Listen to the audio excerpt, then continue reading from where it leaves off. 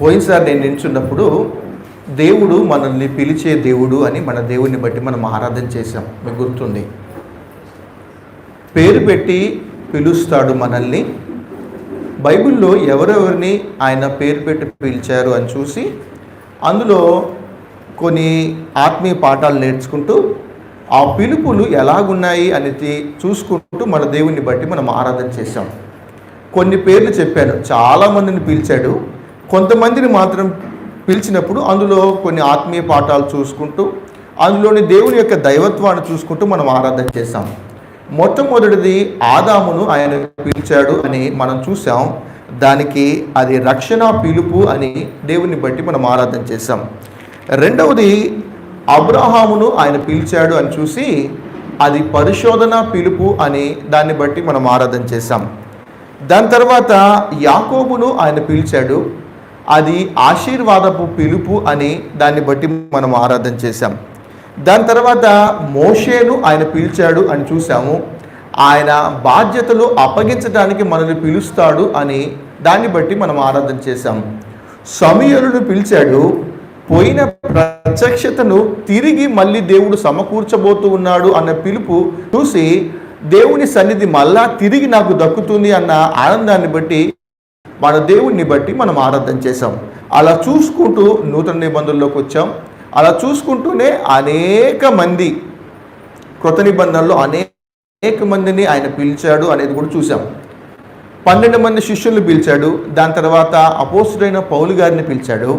అక్కడ మనం ఏం చూసాము అనంటే స్థాపించబడే పిలుపు అని చూసి దాన్ని బట్టి మనం ఆరాధన చేశాం. ఆయన సంఘాన్ని స్థాపించటం కొరకు, మనుషుల పట్టు జాలరులుగా ఉంచటం కొరకు వారికి ఆయన పిలిచాడు ఆరాధన చేశాం. అలానే అపోస్తుడైన పౌలు దగ్గరకు వచ్చేసరికి నీవు హింసిస్తున్న యేసును అని ఆయన పలికిన మాటను జ్ఞాపకం చేసుకుంటూ, కొన్నిసార్లు దేవుడు మనల్ని ఎందుకు పిలుస్తాడు అనంటే మనం దేవుణ్ణి ఎలా దుఃఖపెడుతూ ఉన్నాము, దేవుణ్ణి మనం ఎలా బాధ పెడుతున్నాము అనేది తెలియజేయటం కొరకు ఒక్కొక్కసారి దేవుడు మనల్ని లేఖనాలతో మనతో మాట్లాడుతూ ఉంటాడు అనుకుంటూ మన దేవుని బట్టి మనం ఆ పిలుపుని బట్టి ఆరాధన చేస్తూ చివరిగా మనం ఏం చూసుకున్నాము అనంటే ప్రభువు కూడా సిలువలో 2 మార్లు తండ్రిని పిలిచాడు అనేది మనం చూసాము. అది రక్షణ పిలుపు అని, అది చివరి పిలుపు అని, చివరి పిలుపే అయినప్పటికీ కూడా ఆ నిత్యత్వానికి ఆహ్వానపు పిలుపు అనుకుంటూ మన దేవుణ్ణి బట్టి మనం ఆరాధన చేశాం. కానీ ఇవాళ మరికొన్ని కారణాలు చూసుకుంటూ మన దేవుణ్ణి బట్టి మనం ఆరాధన చేద్దాం. పోయినసారి చెప్పాను కదా, యెషయా గ్రంథం 43వ అధ్యాయము 1వ వచనంలో ఉంటుంది, నేను నిన్ను విమోచించి ఉన్నాను, భయపడకుము, పేరు పెట్టి పిలిచి ఉన్నాను, నీవు నా సొత్తు. పేరు పెట్టి పిలిచి ఉన్నాను అన్న దగ్గర మరికొన్ని పిలుపులు మనం చూసుకుంటూ మన దేవుని బట్టి మనం ఆరాధన చేద్దాం. నాన్న భయం వస్తుందిగా, ఈ ఫ్యాన్ ఆన్ చేయొచ్చు. లాగుతున్నా ఏరా, ఏం కాదు.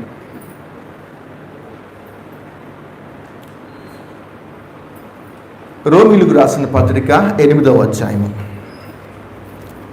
రోమీయులకు రాసిన పత్రిక 8వ అధ్యాయము 29-30 చూడండి ఎవరైనా. ఎందుకనగా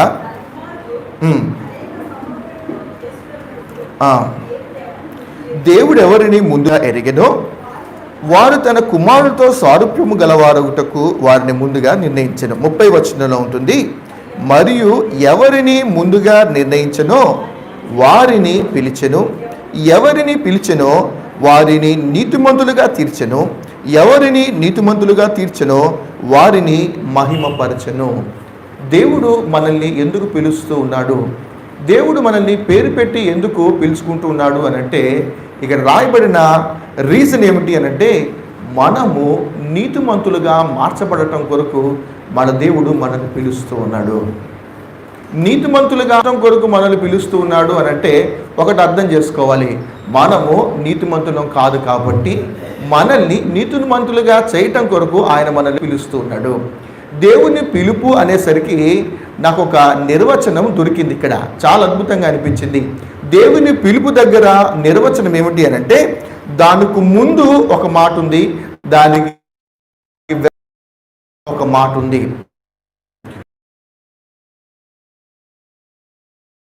ముగింపు అనేది కూడా ఇక్కడ కనిపిస్తూ ఉంటుంది. ఎప్పుడు పిలుస్తున్నాడు అనంటే ఎవరిని ముందుగా నిర్ణయించెనో వారిని పిలిచెను. స్టార్టెడ్ విత్ ప్రీ డెస్టినేషన్, అంటే జగత్తుకు పునాది వేయబడకు మునిపే దేవుడు మనల్ని పిలుచుకున్నాడు. ఇది ఆరంభం. ఆయన సువార్త చేత, ఆయన రక్షణ సువార్త చేత మనల్ని పిలుచుకున్నాడు.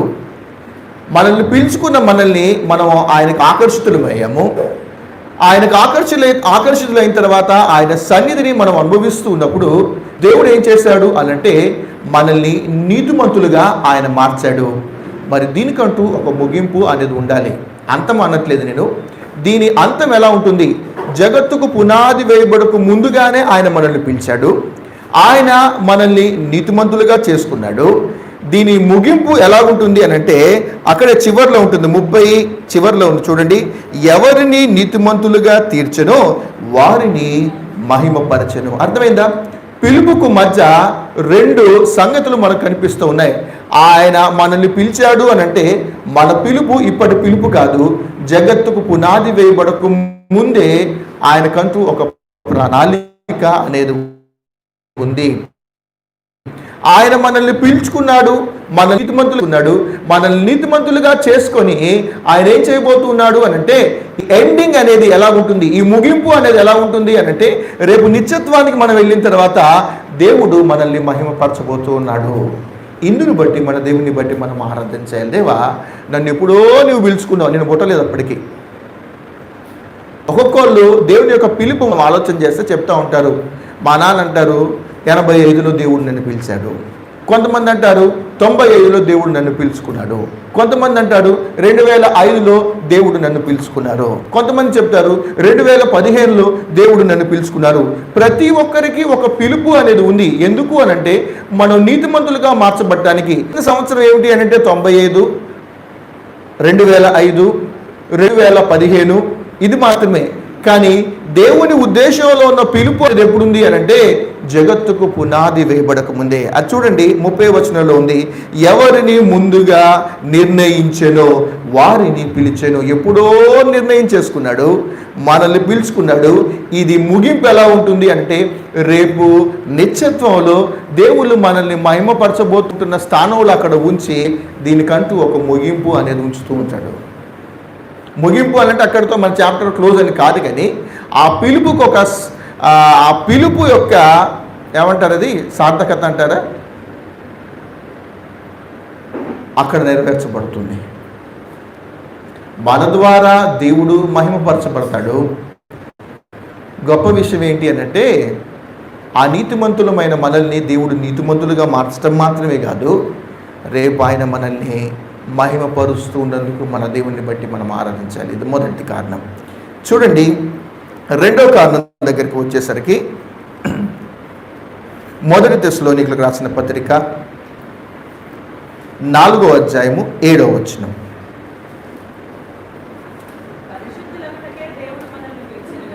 పరిశుద్ధులు అవుటకే దేవుడు మనలను పిలిచెను, కానీ అపవిత్రులుగా ఉండుటకు దేవుడు మనలను పిలవలేదు. ఇది రెండవ కారణం. ఫస్ట్ కారణం, మనలో నీతి లేదు. మనకు తెలుసు కదా, మత్తయి సువార్త 9వ అధ్యాయము 12, 13 వచనాల్లో ఉంటుంది, నీతిమంతులను కాదు పాపులను పిలువ వచ్చి తిని అని అన్నాడు. ఇంకో లేఖనంలో ఉంటుంది, నీతిమంతుడు ఒక్కడునూ లేడు అన్న మాట కనిపిస్తుంది. నీతిమంతులు అనేది 0 పొజిషన్లో ఉన్నప్పుడు దేవుడు మనల్ని పిలుచుకొని నీతిమంతులుగా చేసుకొని ఆ నిత్యత్వంలో మహిమ తెచ్చేంతగా దేవుడు మనల్ని పిలుస్తున్నాడు. రెండో కారణం ఏమిటి అనంటే పరిశుద్ధులుగా ఉండటానికి దేవుడు మనల్ని పిలుస్తూ ఉన్నాడు, అంతేకాని అపవిత్రులుగా ఉండటానికి కాదు. మన పిలుపును చాలా జాగ్రత్తగా మనం ఆలోచన చేసుకోవాలి. చదవండి, అదే 4 మొదటి తెస్సలోనిక 4:7 ఇంకా క్లియర్గా ఉంటుంది. ఇంకా పరిశుద్ధులు అగుటకే దేవుడు మనల్ని పిలిచెను, కానీ అపవిత్రులుగా ఉండుటకు మనల్ని పిలవలేదు.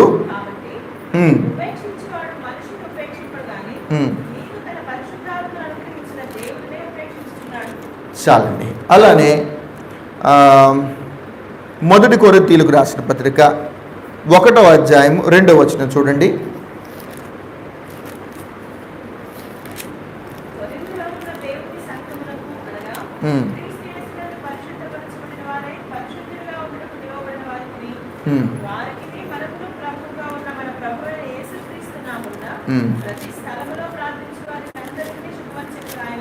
చాలండి. ఈ 2 భాగాలలో మనం ఆలోచన చేస్తే దేవుడు మనల్ని ఎందుకు పిలుస్తూ ఉన్నాడు అనంటే పరిశుద్ధులుగా ఉండటానికి దేవుడు మనల్ని పిలుస్తూ ఉన్నాడు.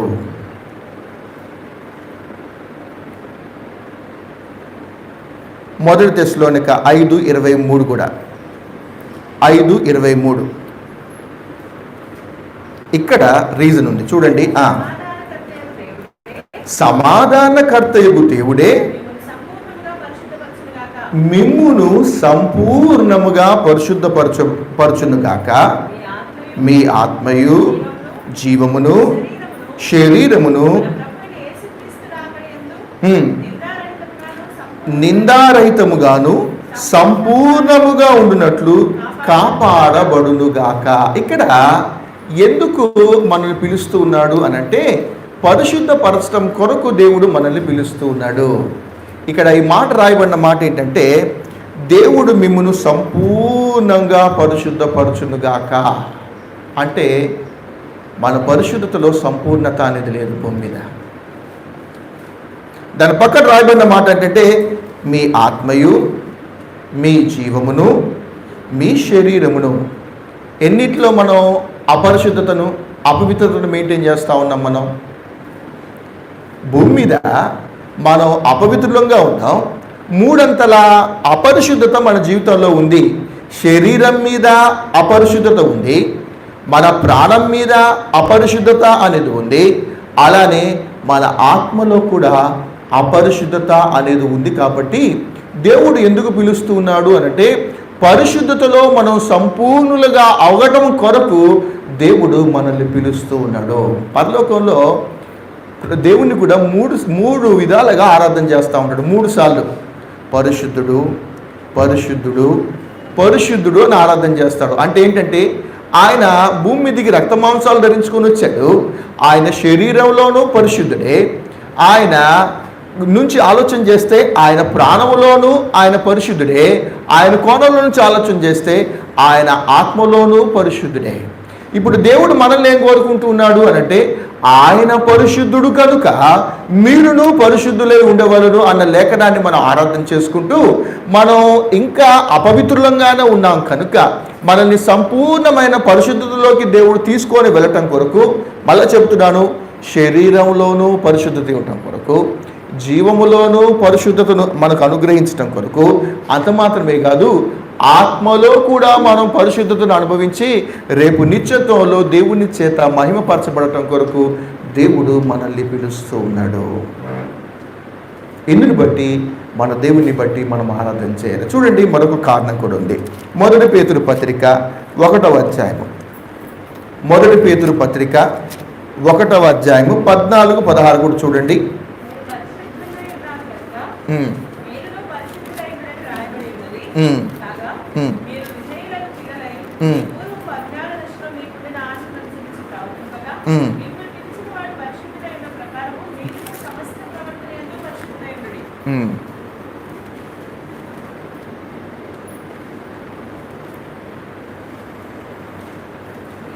పద్నాలుగు 16 కదమ్మా చదివింది.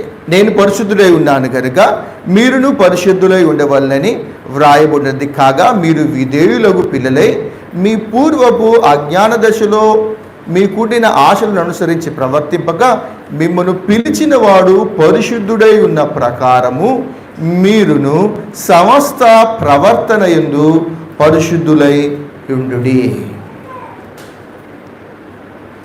మనల్ని దేవుడు పిలవటానికి గల కారణం ఇక్కడ ఉంది ఏంటంటే ప్రవర్తన విషయంలో కూడా మనం పరిశుద్ధత కలిగి ఉండాలి అని దేవుడు మనల్ని పిలుస్తూ ఉన్నాడు. పేతురు గారిని ఈ పత్రికలోనే చాలా పిలుపులు కనిపిస్తూ ఉంటాయి. ఈ పత్రికలోనే కొన్ని చూసుకుంటూ వెళ్ళిపోదాం. నీతిమంతులుగా ఉండటానికి మనం పిలువబడ్డాం, ఎందుకు అంటే మనం అనీతిమంతులం కనుక. రెండవది, మనం పరిశుద్ధులంగా ఉండటం కొరకు మనం పిలువబడ్డాం. ఎందుకు అనంటే శరీరంలోనూ జీవములోను ఆత్మలోను అపవిత్రత ఉంది కనుక సంపూర్ణంగా మనం పరిశుద్ధపరచడం కొరకు దేవుడు మనల్ని పిలిచాడు. మూడవది చూడండి, ఇదే పేతురు గారు మనల్ని ఎందుకు పిలిచాడు అని చాలా కారణాలు ఈ పత్రికలు చెప్తా ఉంటాడు. మొదటి పేతురు పత్రిక 2వ అధ్యాయం 9వ వచనం చూడండి.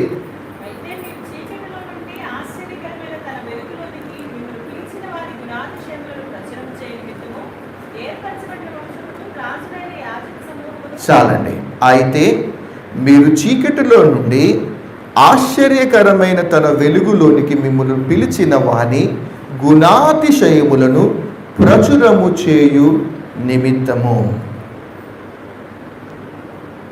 దీన్ని ఇలా ఆలోచన చేసుకుంటూ ఉన్నాను. నీతి లేనప్పుడు నీతిగా ఉండటానికి పిలిచాడు, పరిశుద్ధత లేనప్పుడు పరిశుద్ధంగా ఉండటానికి పిలిచాడు. ఇక్కడ రాయబడిన మాట ఏమిటి అని అంటే ఆశ్చర్యకరమైన వెలుగులోనికి మిమ్మల్ని పిలిచెను. ఈ వెలుగుల గురించి మనం ఆలోచన చేస్తే మత్తయ్య గారు అంటారు, గొప్ప వెలుగు అనుకుంటూ ఆయన బట్టి ఆయన ఆరాధన చేస్తారు. అలానే పౌలు గారి గురించి ఆలోచన చేస్తే ఆయన అంటాడు, సమీపింపరాని తేజస్సు అంటాడు. సమీపింపరాని వెలుగు అనుకుంటూ పౌలు గారు ఆరాధన చేస్తూ ఉంటారు. యోహాను సువార్త దగ్గరికి వచ్చేసరికి ఇదే వెలుగును ఆయన ఎలా ఆరాధన చేశాడు అంటే అది నిజమైన వెలుగు అనుకుంటూ దేవుని బట్టి ఆరాధన చేశారు.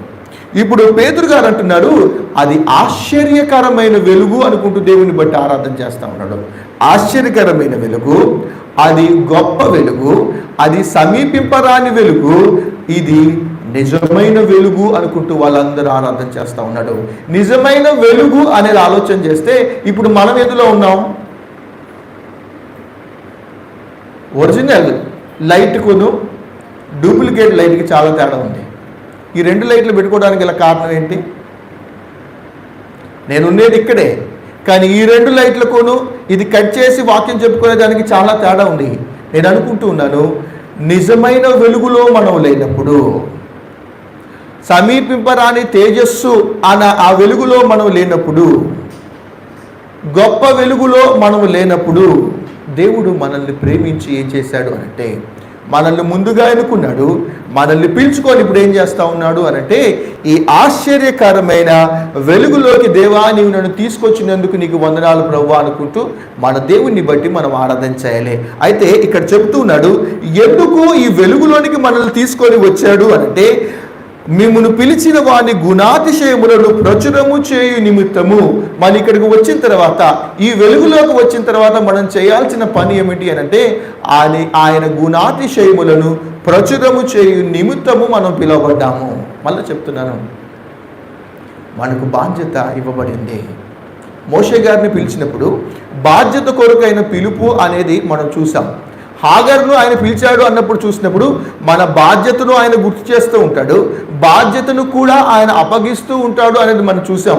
శిష్యులందరినీ పిలుస్తూ ఉన్నప్పుడు స్థాపించడానికి ఆయన మనల్ని పిలుస్తూ ఉన్నాడు అనేది మనం చూసాము.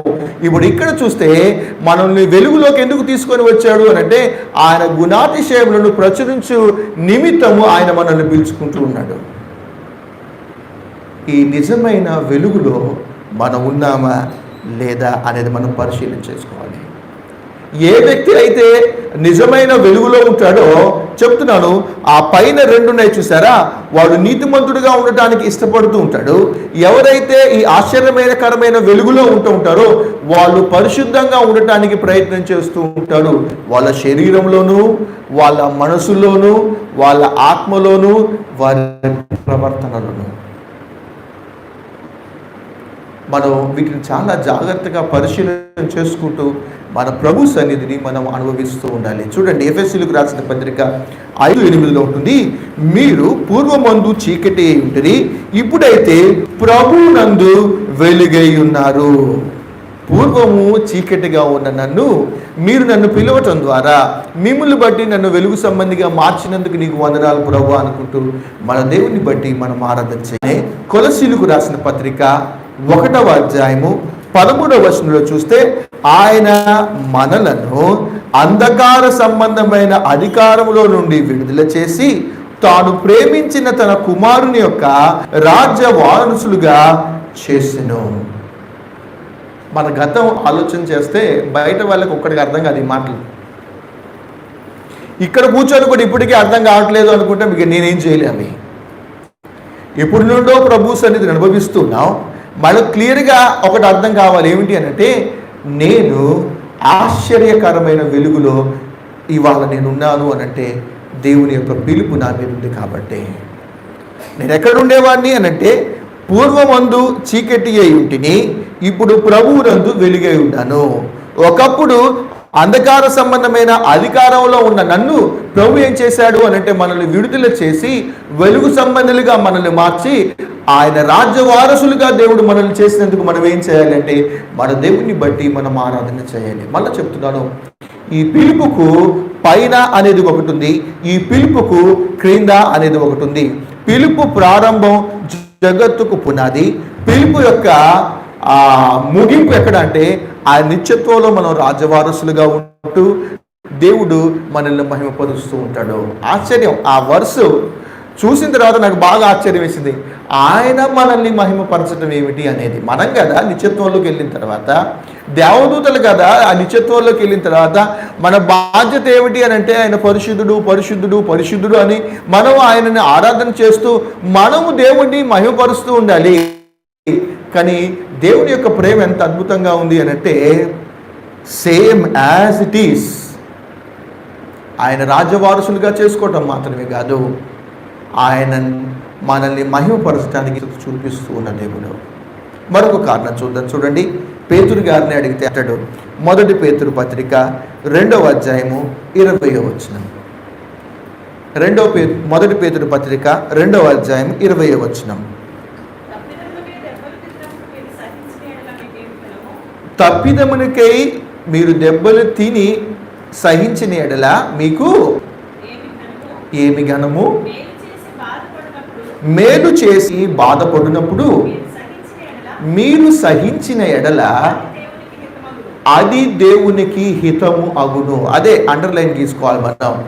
అది దేవునికి హితమగును, ఇందుకొరకు కదా మీరు పిలువబడితే.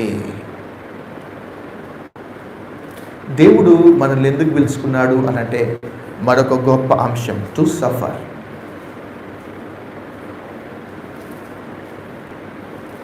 దేవుని సన్నిధికి మనం ఎందుకు వస్తున్నాము అంటే గమనించండి, నేను ఆశీర్వదించబడాలి, నేను ధనుకున్నవ్వాలి, నేను ఒక ఉన్నతమైన స్థానంలో ఉండాలి, ఇలాంటి కోణంలో నుండే మనం ఆలోచన చేసుకోకూడదు. మెయిన్ రీజన్ ఆయన మనల్ని పిలుచుకోవడానికి గల కారణం, మరొక కారణం ఏమిటి అని అంటే 2 భాగాలుగా దానిని విభజించాడు. ఏమిటి అంటే తప్పిదమునకై మీరు దెబ్బలు తిన్నప్పుడు అందులో పెద్ద గొప్పే ఉంది, కానీ మేలు చేసి ఎప్పుడైతే కీడును అనుభవిస్తూ ఉన్నప్పుడు మీరు దెబ్బలు తింటూ ఉంటారో అది దేవునికి హితము, అందుకు మీరు పిలువబడితిరి.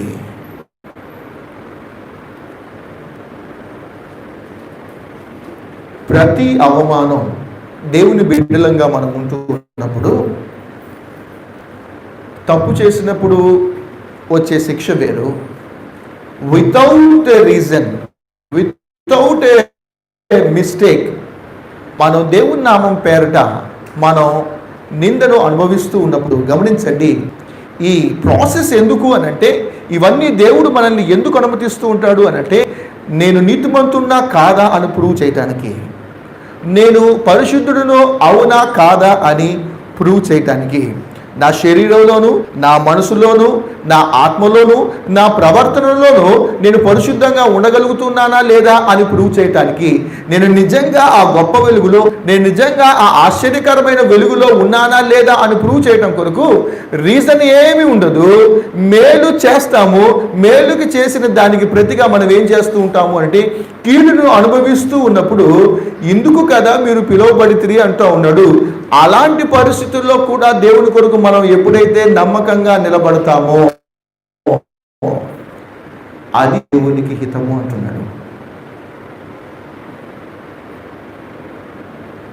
మన లైఫ్ని మనం ఆలోచన చేసుకుందాం.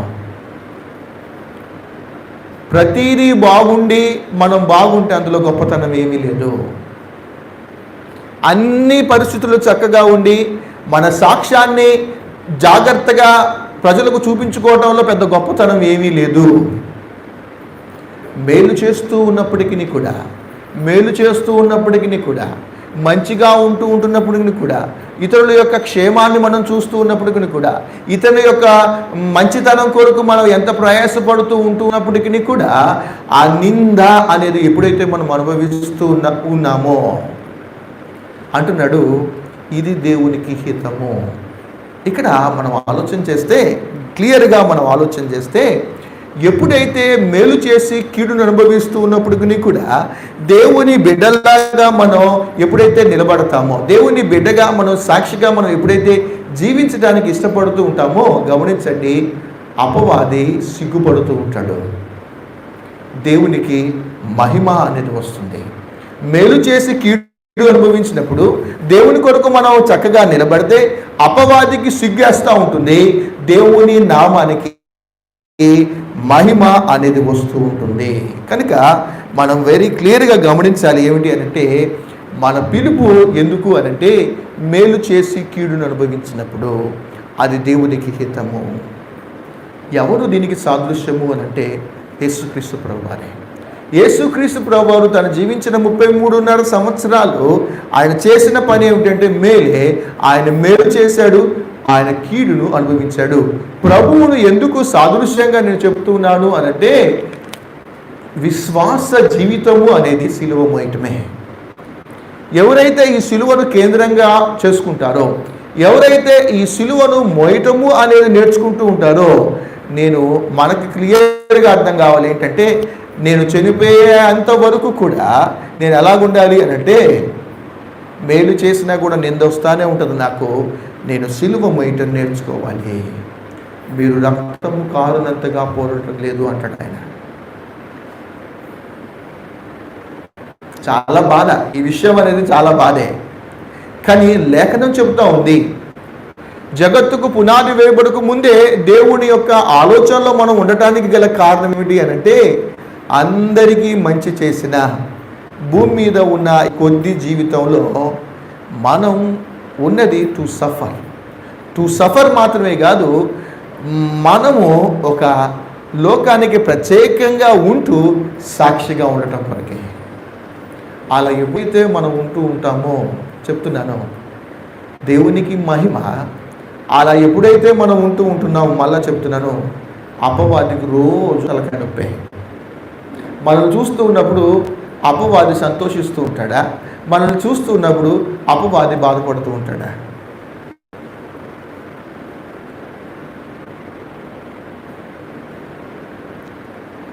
సో ఈ ప్రాసెస్ గుండా మనం ఎప్పుడైతే వెళ్తామో, మొదట దేవుడు ఏం చేస్తాడు అంటే, నలగొట్టడానికి దేవుడు ఇష్టపడుతూ ఉంటాడు. మనం నలగొట్టబడాలి. మనం నలగొట్టబడటము అనేది హితము దేవుని దృష్టిలో.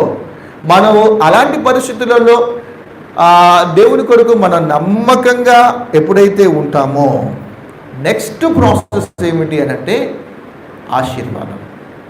మనం ఈ అనుభవం మనకొద్దు, మనకు డైరెక్ట్గా ఏది కావాలి అనంటే ఆశీర్వాదము అనేది మనకు కావాలి అని మనం కోరుకుంటూ ఉంటాం. చూడండి, ఇందులోనే ఈ 2వ అధ్యాయం అయిపోయిన తర్వాత 3వ అధ్యాయంలో పేతురు గారు అంటాడు, 1 పేతురు పత్రిక 3వ అధ్యాయం 9వ వచనం చూడండి, ఆశీర్వాదమునకు వారసులగుటకు మీరు పిలువబడితిరి కనుక కీడుకు ప్రతి కీడైనను దూషణకు ప్రతి దూషణ అయినను చేయక దీవించుడి దీవించుడి దీవించుడి.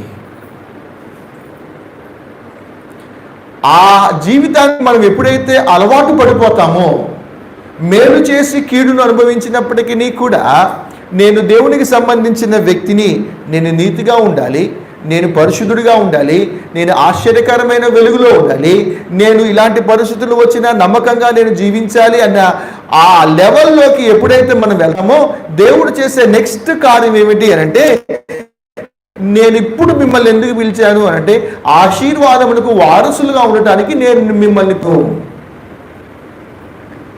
ఆశీర్వాదములకు వారసులు అని అంటే కింద ఇక్కడ డెఫినేషన్ చెప్తా ఉన్నాడు. మీరు అందుకు పిలువబడితే అయితే కీడు వస్తుంది, ప్రతి కీడు మీరు చేయొద్దు. దూషణ వస్తుంది, ప్రతి దూషణ మీరు చేయొద్దు. మీరు చేయాల్సిన పని ఏమిటి అని అంటే మీరు కేవలం దీవించుడే. ఎందుకు మనం పిలువబడ్డాం?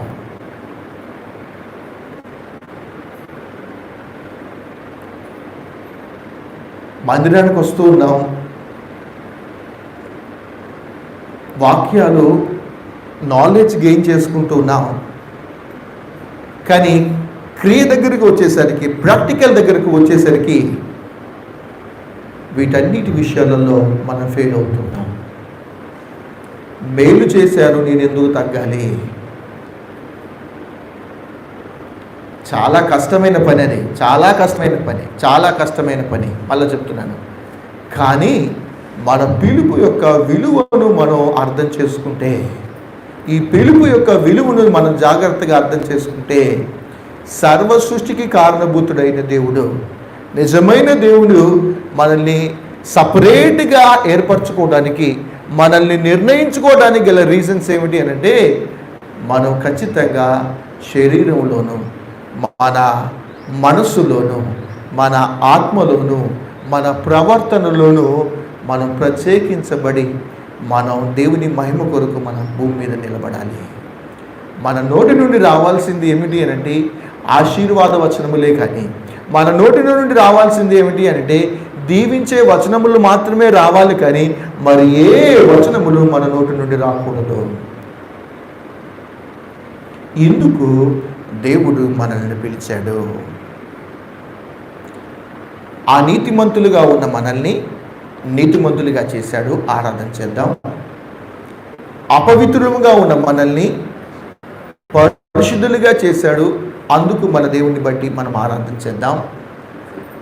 చీకటిలో ఉన్న మనల్ని ఆశ్చర్యమైన వెలుగులోనికి మనల్ని తీసుకొచ్చినందుకు మన దేవుని బట్టి మనం ఆరాధన చేద్దాం.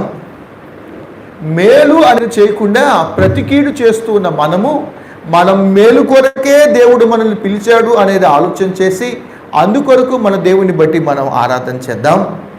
ఇక్కడ శాపగ్రస్తమైన పరిస్థితులలో మనం ఉన్నప్పుడు మనల్ని ఆశీర్వాదములకు వారసులుగా ఉండటం కొరకు దేవుడు మనల్ని పిలిచాడు.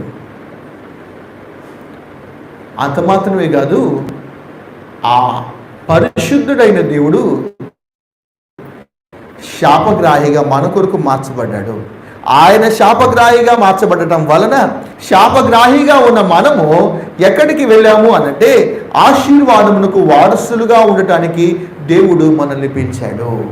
ఆయన శాపగ్రాహిగా మార్చబడటం ద్వారా మనల్ని దేవుడు ఏం చేస్తూ ఉన్నాడు అంటే ఆయన రాజ్యవారసులుగా దేవుడు మనల్ని చేస్తూ ఉన్నందుకు మన దేవుడిని బట్టి మనం ఆరాధన చేయాలి. దేవుడు శాపగ్రాహిగా మార్చబడటం ద్వారా రేపు నిత్యత్వంలో దేవుడు మనల్ని మహిమపరచబడబోతూ ఉన్నందుకు మన దేవుడిని బట్టి మనం ఆరాధన చేయాలి. మొదటి పేతురు పత్రిక మరొక కారణం 5:10. ఇదే పేతురు పత్రికలో 5:10 చూడండి.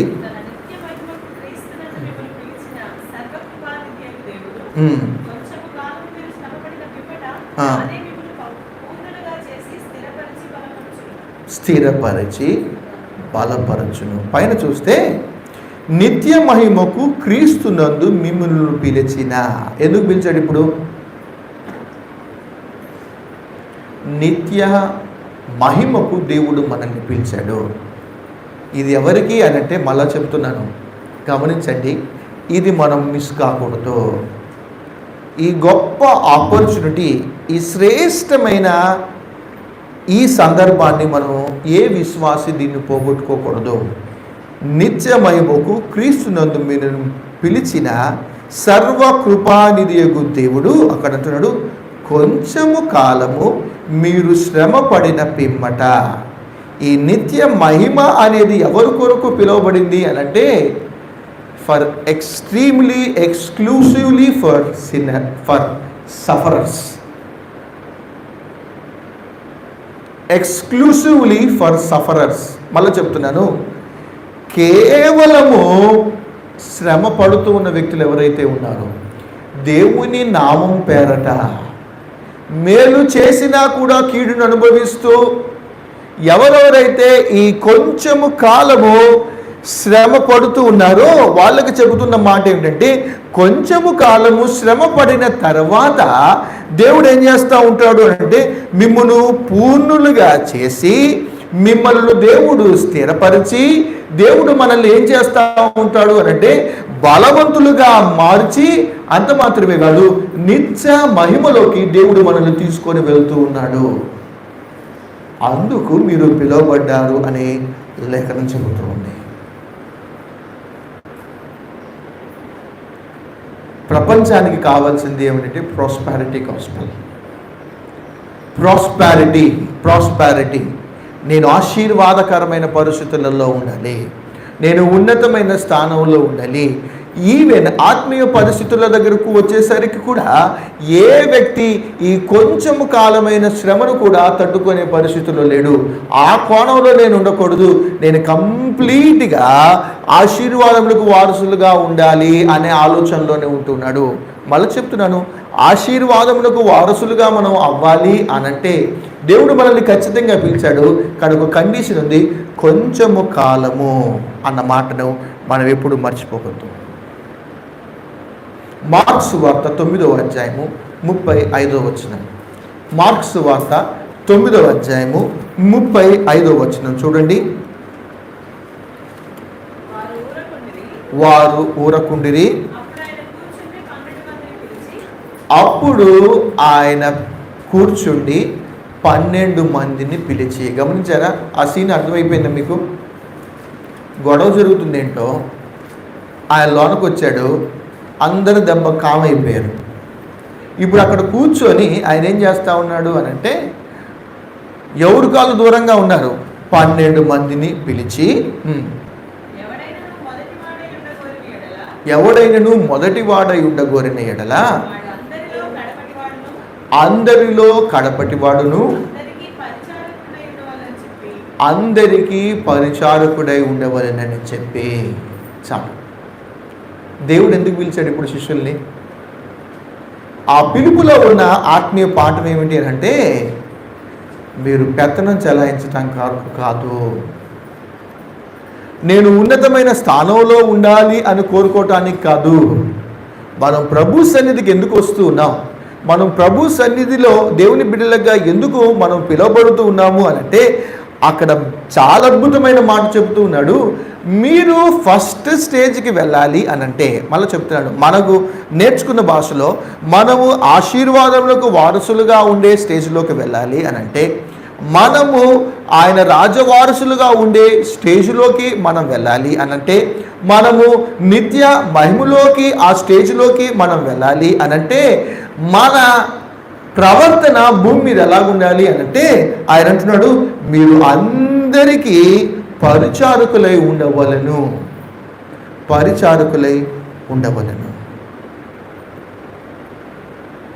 దాసులంగా ఉండటానికి మనం ఏమైనా ఇష్టపడుతూ ఉన్నామా? నేను యజమానులాగా ఉండాలి అన్న ఆలోచన మనం కలిగి ఉంటూ ఉన్నామా? నేను రక్షించబడ్డాను అంటే మనకు ఒకటే ఒక గుర్తు గమనించండి,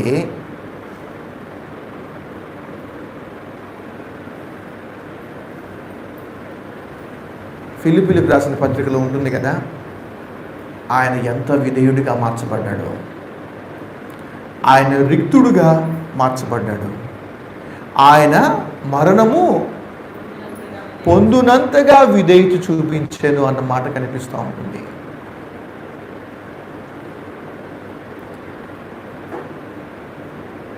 మనం ఎంత ఫోకస్ అయితే ప్రపంచానికి అది మనకే అంత మంచి కాదు. మనం ఫోకస్ అవుతూ ఉన్నాము అనంటే గమనించండి, మన శరీరం, మన మనస్సు, మన ఆత్మ, మన ప్రవర్తన చాలా జాగ్రత్తగా ఉండాలి. ఎందుకు అనంటే అందరూ మనల్ని గమనిస్తూ ఉంటారు. అలా ఉన్నతమైన ఆశీర్వాదకరమైన స్థానంలోకి దేవుడు మనల్ని తీసుకొని వెళ్ళిన తర్వాత ఇప్పుడు దేవుడు చెబుతున్న మాట ఏమిటి అంటే, మీరు అదే స్థానంలో ఉండండి, బట్ మైండ్ దగ్గరకు వచ్చేసరికి క్యారెక్టర్ ప్రవర్తన దగ్గరికి వచ్చేసరికి మనం ఎలాగా వాళ్ళ దృష్టిలో ఉండాలి అంటే మనం పరిచారకుల్లాగా మనం ఉంటూ ఉండాలి. 1 కొరింథీయులకు రాసిన పత్రిక 7వ అధ్యాయము 22వ వచనంలో చూడండి, ఆ ప్రకారమే స్వతంత్రుడై ఉండి పిలువబడిన వాడు క్రీస్తు దాసుడు అన్నాడు. పిలువబడిన మనము ఎవరుము అనంటే క్రీస్తుకు దాసులము. పిలువబడిన మనము ఎవరుము అనంటే అందరికీ పరిచారకులై మనం ఉండవాలని పిలువబడ్డాము. ఈ మధ్య ఫేస్బుక్లో కానీ యూట్యూబ్లలో కానీ చూడండి, ఒక అయ్యగారు భలే చెప్తా ఉన్నారు. ఒక వ్యక్తి, ఒక అబ్బాయి అంట, నాన్న చనిపోయాడు, అమ్మ ఒకటే ఉంది. మీరు వినే ఉంటారు. ఇది ఫాస్ట్గా చెప్తా ఉన్నాను. ఎవరు వాళ్ళని పట్టించుకోకపోతే స్థానికంగా ఒక సేవకుడు వాళ్ళని పట్టించుకున్నాడంట. ఆ చర్చ్ మెంబర్స్ అందరూ వాళ్ళని చక్కగా ఆదరించారంట. వాళ్ళ యొక్క ప్రేమను చూసి, వాళ్ళ యొక్క ప్రవర్తనను చూసి, వాళ్ళ యొక్క సాక్ష్యాన్ని చూసి మేము కూడా ఈ దేవుణ్ణి అంగీకరిస్తే మంచిది అని ప్రభువును అంగీకరించారంట. ప్రభువులో ఆత్మీయంగా నెమ్మదిగా ఎదుగుతూ ఉన్నాడంట. ఆ కుర్రోడు ఏం చేస్తూ ఉండేవాడు అని అంటే ప్రతిరోజు చర్చ్ క్లీన్ చేసేసుకొని వెళ్ళి చెప్పుల దగ్గర నిల్చునేవాడంట. దాని తర్వాత 10th క్లాస్కి వచ్చాడంట. 10th క్లాస్కి వచ్చేంత వరకు కూడా, చిన్నప్పటి నుండి పెద్దవాళ్ళు అయ్యేంత వరకు కూడా ఆయన పని చెప్పుల దగ్గరనే పరిచర్య చేస్తూ ఉండేవాడు. అందరు చెప్పులు పట్టుకోవడం, అక్కడ పెట్టడం. ఇంటర్ స్టేజ్, డిగ్రీ స్టేజ్కి వచ్చిన తర్వాత సేవకుడు అన్నాడంట, నాన్న నువ్వు పెద్దోడు అయిపోయావు లేరా, ఇంకా వేరే చిన్నపిల్లలు ఉన్నారు కదా, వాళ్ళకి బాధ్యత తప్పకిద్దాం, కొంచెం నువ్వు ముందుకు రా అన్నాడంట. ముందుకు రా అంటే అప్పుడు ఆ బాబు అన్నాడు, లేదులేండి అన్న, లేదులేండి అయ్యగారు, నేను నా శేష జీవితం అంతా, నేను బ్రతికున్నంత కాలం వరకు నేను పరిచారకుడిగా ఉండటానికే, క్రీస్తు నిమిత్తము నేను దాసుడిగా ఉండటానికి మాత్రమే నేను నిర్ణయించుకున్నాను అనుకొని మొత్తం సెట్ చేసేసుకున్నాడు. ఆయన డ్యూటీ ఏమిటి అని అంటే అక్కడికి వెళ్ళిపోయి చెప్పుల దగ్గర కూర్చొని సర్దుతూ మైక్లో నుండి వచ్చే వాక్యాన్ని వింటూ ఉండేవాడంట. కట్ చేసి చూస్తే ఆయన బాగా చదువుకున్నాడు. ఒకానొక రోజున ఆయన కలెక్టర్ అయ్యాడు. ఏ సేవకుడైతే ఆయనను స్వీకరించాడో ఆ సేవకుడు చాలా ఆనందపడ్డాడు. మరి బాబు నువ్వు ఎక్కడ ఉన్నా, నేను ఇది రియల్ స్టోరీ, కర్ణాటకలో ఉన్న ఒక IAS ఆఫీసర్ స్టోరీ, ఇది నిజంగా జరిగిన వృత్తాంతం. నువ్వు కలెక్టర్ అయ్యావు అంటే అసలు చాలా సంతోషంగా ఉందిరా, నువ్వు మాత్రం ఎప్పుడైనా ఇక్కడికి వస్తే నువ్వు చర్చికి రావాల్సిందే అనుకున్నట్టుగానే ఒకానొక రోజు ఆ ఊరు వచ్చాడు. కలెక్టర్ గారు కాబట్టి చాలా బిజీగా ఉన్నాడు. ఆ స్వాతంత్రాన్ని తాను పోగొట్టుకోలేదు. ఒరేయ్ నువ్వు ఇక్కడ ఉన్నావు కాబట్టి చర్చికి ఖచ్చితంగా రావాలి అన్నాడు. వస్తానన్నా, ఖచ్చితంగా ఆదివారం కాబట్టి పక్కన పెట్టుకొని మరీ వస్తానన్నాడు. ఆ అయ్యగారు చర్చిలో ఉండి మన దగ్గరే ఎదిగిన బిడ్డ, మన దగ్గరే ఎదిగిన ఒక కుమారుడు ఉన్నతమైన స్థానంలో ఉన్నారు. ఆయన సాక్ష్యాన్ని చర్చ్కు చెప్పించాలి, చర్చ్ ఎలా ఆయన ఆదరించింది అనేది ఆయన ద్వారా చెప్పించాలి అని చూస్తూ ఉన్నాడు. టైం చూస్తున్నాడు, ఇంకా రావట్లేదు. పాటలు అయిపోయినాయి. పాటలు కూడా అయిపోయి ఆరాధన వర్తమానం దగ్గరికి వచ్చినప్పుడు చూస్తూ ఉన్నాడంట, ఓన్లీ కలెక్టర్ గారు కాబట్టి చాలా బిజీగా ఉంటుంటాడని. అది కూడా అయిపోయింది. ఆరాధన వర్తమానం అయిపోయిన తర్వాత అందరూ ఆరాధన చేసేటప్పుడు ఇంకా రావట్లేదని ఫోన్ పట్టుకొని బయటకు వచ్చి నిల్చుంటే ఈ కలెక్టర్ గారు ఎక్కడ ఉన్నారు అని అంటే ఆయన 1వ తరగతిలో ఏ చెప్పుల స్టాండ్ దగ్గర అయితే ఉన్నాడో కలెక్టర్ అయిన తర్వాత కూడా అదే స్థానంలో అక్కడ నిలబడి ఉండటం చూసి ఆ సేవనికి నీళ్ళు ఆగలేదు. కన్నీళ్ళు వచ్చేసాయి. వెళ్ళి గట్టిగా కౌగిలించుకున్నాడు. అరే నువ్వు ఇంత ఉన్నతమైన స్థానంలో ఉన్నప్పటికీ కూడా ఇక్కడ ఎందుకున్నావు చెప్పాడు. నేను ఎంత స్టేజ్లోకి వెళ్ళినా కూడా నా పిలుపు ఏమిటి అని అంటే నేను పరిచారకుడిగా ఉండడానికి నేను పిలువబడితిని. ఎంకరేజ్ చేయండి. మీ పిల్లల్ని మీరు ప్రేరేపిస్తూ ఉండండి. మందిరానికి వెళ్ళేయండి.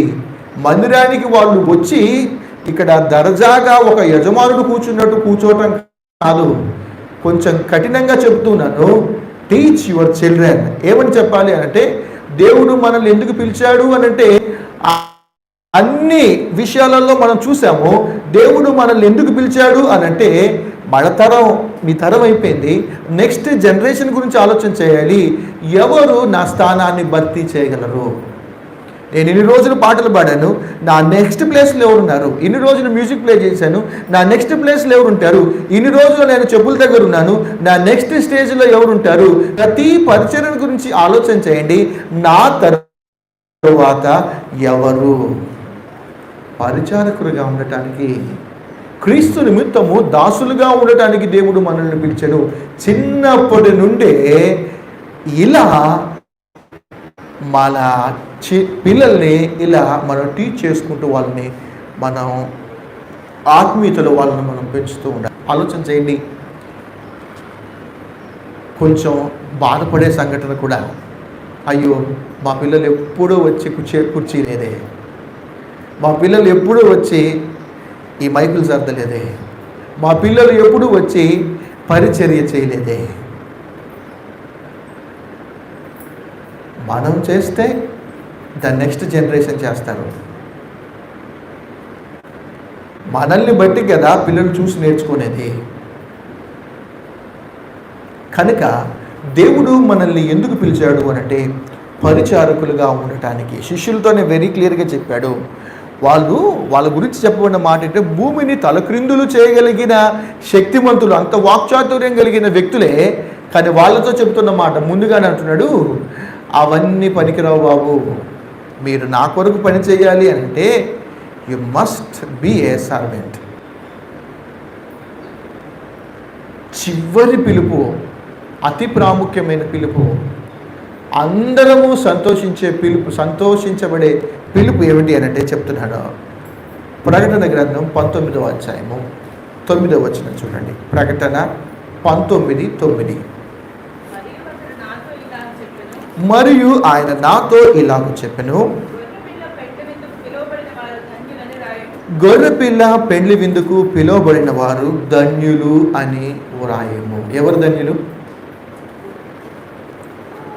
భూమి మీద మనం అందరికీ చూసేటట్టు రాకేష్ బాబు నీతిమంతుడండి. నా ఇన్నర్ ఎవరికి తెలియదు. రాకేష్ మంచిగా పరిశుద్ధంగా ఉండటానికి ప్రయత్నం చేస్తాడండి. ఆయన వెలుగు సంబంధిలాగానే ఉంటూ ఉన్నాడు. ఓపిక ఎక్కువే. ఆయన పైన చెప్పబడిన ప్రతిదీ కనపడినప్పటికీ కూడా నా క్యారెక్టర్ నాకే తెలుసు, నా క్యారెక్టర్ దేవునికి మాత్రమే తెలుసు. ఇప్పుడు ద అల్టిమేట్ ముగింపు దగ్గరికి వచ్చేసరికి ఎవరు ధన్యులు అనంటే, కట్ చేసి చూస్తే ఇక్కడ ఎంతమంది ఉంటామో నాకు తెలియదు. కానీ మనం హృదయపూర్తిగా కోరుకోవాలి ఏమిటి అనంటే, నేను చనిపోయినా, ఒకవేళ ప్రభు రాకడా రేపో ఎల్లుండో వచ్చినా నేను ఎక్కడ ఉండాలి అనంటే, ఈ గొర్రె పిల్ల పెండ్లి విందుకు పిలువబడిన వారు ధన్యులు. ఈ పెళ్లి విందులో మనం ఉంటామా? ఎందుకు పిలువబడ్డాము మనము అనంటే, ఈ గొర్రెపిల్ల పెళ్లి విందులో దేవుని సన్నిధిని అనుభవించడానికి. శరీరము, తల, శిరస్సు రెండు కలపబడే ఒక శ్రేష్టమైన సందర్భం అని. ఆ గొప్ప వివాహ విందులో దేవుడు మనల్ని ఉంచటం కొరకు దేవుడు మనల్ని పిలుస్తూ ఉన్నాడు. గమనించండి, దేవుడు మనల్ని పిలిచాడు. ఇది మనం ఖచ్చితంగా నమ్మాలి. దేవుడు మనల్ని పిలిచాడు. కాకపోతే ఇప్పుడు మనం మాట్లాడుకున్న ఈ 8 అంశాలు, 7 అంశాలు ఏవైతే ఉన్నాయో వాటిల్లో ఏదైతే బలహీనత ఉందో అలాంటి బలహీనతలను మనం పక్కన పెట్టేసుకొని అలాంటి విషయాలను జాగ్రత్తగా ఉండటానికి మనం ప్రయత్నం చేద్దాం. మళ్ళా శరీరంలోనూ, మనస్సులోనూ, జీవములోనూ, ఆత్మలోనూ, ప్రవర్తనలోనూ. మన పిలుపు అద్భుతమైన పిలుపు. మన పిలుపు శ్రేష్టమైన పిలుపు. మన పిలుపు జగత్తుకు పునాది వేయబడక ముందే ఉన్న పిలుపు. ఈ పిలుపు ముగించబడుతుంది ఎక్కడ అంటే గొర్రెపిల్ల పెండ్లి విందులో. ఇది శ్రేష్టమైన, నేను విశ్వసిస్తున్నాను, భాగ్యాన్ని దేవుడు నాకు అనుగ్రహించినందుకు, ఆయన సిలువలో మన కొరకు ప్రాణం పెట్టడం ద్వారా, ఆయన సిలువలో ప్రాణం పెట్టి దేవుడు మనల్ని విమోచించడం ద్వారా, ఆయన మూడో దినాన తిరిగి లేచి నిత్యత్వానికి ఆయన వెళ్ళిపోయాడు. అదే నిత్యత్వానికి ఆయన నేను సొంత రక్షకుడిగా అంగీకరించడం ద్వారా రేపు నేను కూడా ఒకానొక దినాన ఆ నిత్యత్వంలో ఆ పెళ్లి విందులో నేను కూడా ఉంటాను అన్న ఒక అద్భుతమైన నిరీక్షను దేవుడు మనకు అనుగ్రహించినందుకు ఈ కారణాలన్నింటినీ జ్ఞాపకం చేసుకుంటూ హృదయపూర్తిగా మన దేవుని బట్టి మనం ఆరాధన చేద్దాం. దయచేసి కళ్ళు మూసుకోండి. పిలిచిన పిలుపు నమ్మకమైన పిలుపు. ఆయన సొత్తుగా ఉండటం కొరకు దేవుడు మనల్ని పిలుస్తూ ఉన్నాడు. ఆయన మనల్ని విమోచించాడు. దయచేసి ఈ కారణాలన్నిటిని జ్ఞాపకం చేసుకుంటూ హృదయపూర్తిగా మన దేవుని బట్టి మనం ఆరాధన చేద్దాం.